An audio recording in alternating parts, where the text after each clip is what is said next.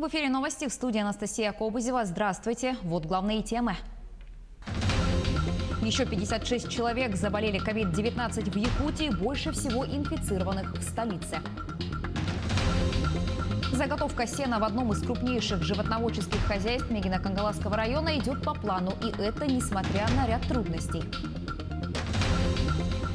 Власти Якутии продлили прием заявлений на поступление в вузы по целевому обучению.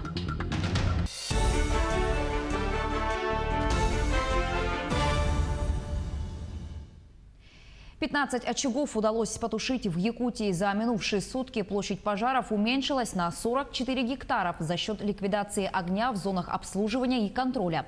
Сложная обстановка сохраняется на территориях Верхоянского, Кобяйского, Тампонского и Усть-Алданского районов. Всего на территории региона действуют 130 природных пожаров на площади 387 гектаров. Все превентивные мероприятия по противопожарной защите населенных пунктов выполнены. Об этом заявил начальник Главного управления МЧС России по региону Павел Гарин. 56 новых случаев заболевания COVID-19 выявили в Якутии. Об этом сообщила заместитель руководителя регионального оперштаба Ольга Балапкина. Больше всего заболевших в столице региона – 43 человека.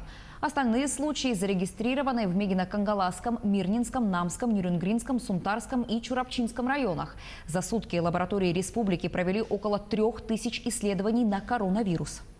Достаточно сложной обстановкой остается ситуация с тем, что у нас достаточно много увеличилось количество больных, тех, которые имеют возраст старше 60 лет. Мы стараемся, и наши медики прилагают все усилия для того, чтобы непосредственно сегодня снизить как смертность, так и, соответственно, и быстрее лечить заболевших, но непосредственно количество людей в возрасте в наших больницах, к сожалению, увеличивается.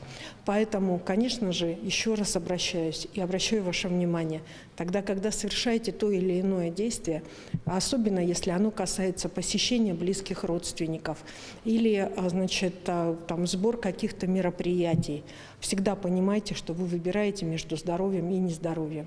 Вирус может быть как рядом с вами с незнакомым человеком, так и с достаточно близким. К 1 сентября будет закончена детская площадка в одном из дворов города Якутска. Об этом сообщил первый заместитель председателя правительства Якутии Кирилл Бычков в ходе объезда объектов, которые возводят по программе формирования комфортной городской среды.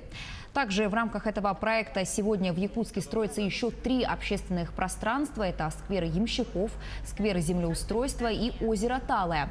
В список посещенных объектов вошли не только строящиеся, но и уже законченные общественные пространства.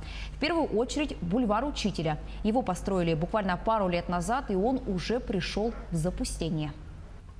Состояние бульвара Учителя, конечно, там некоторые моменты вызывают желание обратить на себя внимание. Это чистота, это поддержание территории, это муниципальные работы по уборке территории, ну и это, конечно, работы по сохранению самого объекта. Здесь важна слаженная работа между управлением архитектуры, между Министерством ЖКХ и городскими службами для того, чтобы жители могли пользоваться этим объектом. Ну а теперь к новостям сельского хозяйства. Заготовка сена в одном из крупнейших животноводческих хозяйств Мегино-Кангаласского района идет по плану. Дефицита нет. И это несмотря на то, что там был неисправен специальный аппарат для орошения сенокосных угодий. Подробности у Артура Старостина. Эти железобетонные сооружения с 80-х годов регулируют подвод воды на сенокосные угодья.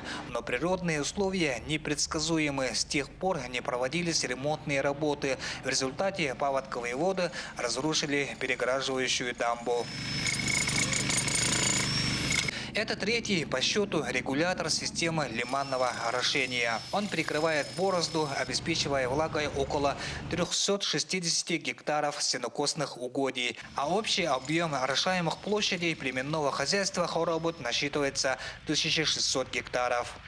Таких сооружений 6 железобетонных сооружений. Это 3-й, так называется. Там еще водосброс, головной, 1-й, 2-й, 3-й и 4-й. Капитальный ремонт водоподпорного сооружения будет продолжаться 2 сезона, то есть объект сдадут следующим летом. Несмотря на продолжительные летние засухи, Харобытское племенное хозяйство по сенозаготовке не отстает от своего плана. Объем заготовки сена составляет более 1200 тонн. В этом году он идет по плану, заготавливает сено по графику. Прогноз составляет в связи с атмосферной засухой 1100 тонн. Остается еще 2 сенокосных угодий, где планируется заготовить более 200 тонн сена. Сейчас заготовлено более 900 тонн корма для скота.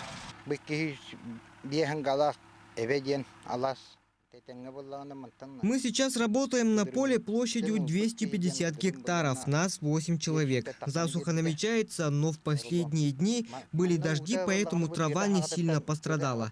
Из этого поля планируем, как и в прошлом году, заготовить более 500 рулонов.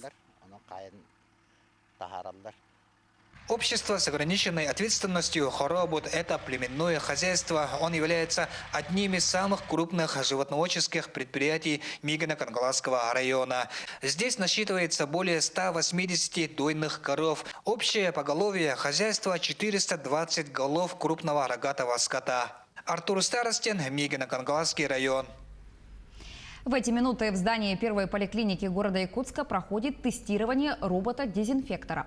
Его создал резидент технопарка Якутия. Все подробности прямо сейчас узнаем у нашего корреспондента Саргаланы Неустроевой. Она выходит на прямую связь со студией. Сара, приветствую, тебе слово. Здравствуй, Анастасия. По сообщению разработчиков, для того, чтобы обработать намного большую поверхность, чем это может сделать обычная кварцевая лампа, и труднодоступные места, машине задается траектория.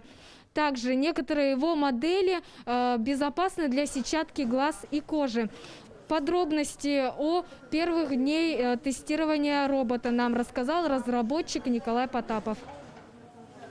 То, что вы сейчас видите, это промежуточная версия робота-дезинфектора. Через 2 недели будет готов промышленный прототип новой версии, который будет более компактный, более эргономичный и, если как сказать, более агрессивный к вирусам. Его главная задача будет, это первый вид, это ультрафиолетовое облучение, дезинфекция убираемых площадей.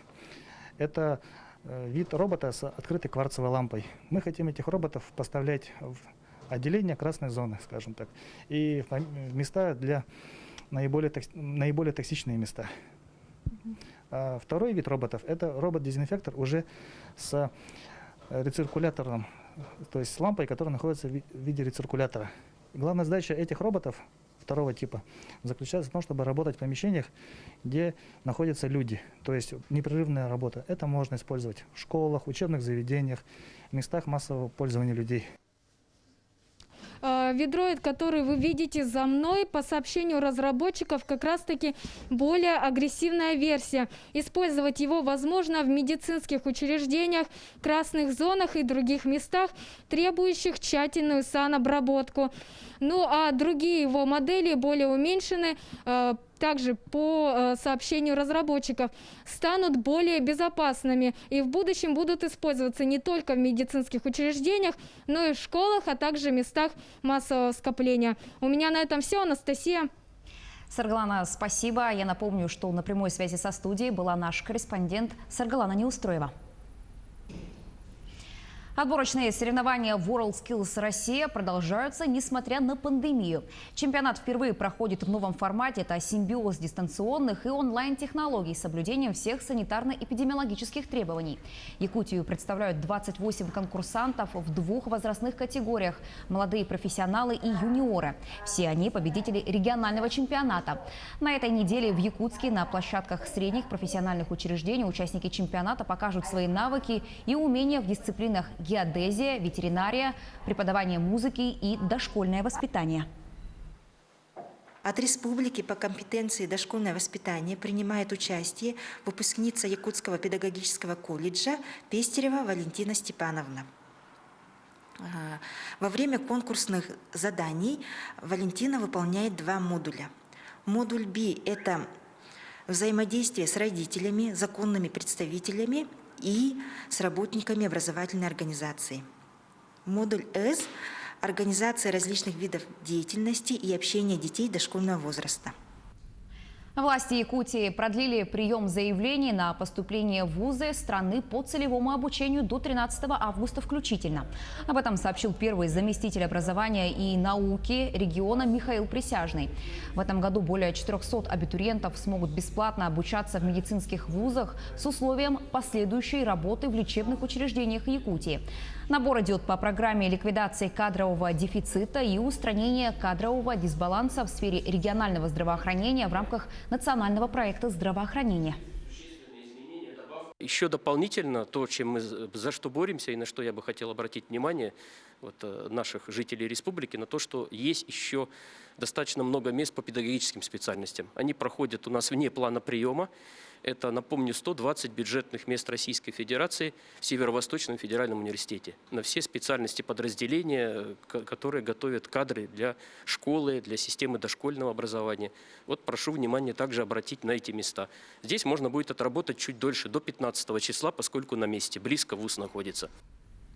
Завершился бесплатный онлайн-лагерь по цифровым специальностям IT-Старт-2020. Он проходил при поддержке Ассоциации развития IT-отрасли в республике. Более 50 детей из разных уголков республики в течение 2 недель общались с представителями IT-компаний, узнавали, как развивать навыки в этой сфере.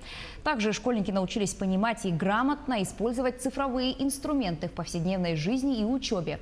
Все участники лагеря получили сертификаты о прохождении курса, а самых активных наградили ценными подарками. В этот лагерь я зашел из-за того, что я хотел изучить IT-технологии, набраться опытов и хотел научиться работать в программах Adobe. И мы сделали свой логотип, кэшбэк свои. Сперва мы хотели сделать как плюс, это доход. Но мы решили, что это ассоциируется с аптекой. И мы сделали как-то кольца. Кольца, эти 3 цвета означают кэшбэк, мягкий и серьезный логотип получился у нас. На этом все. Еще больше новостей на наших официальных сайтах як24.ру и nvk-online.ru. Не переключайтесь.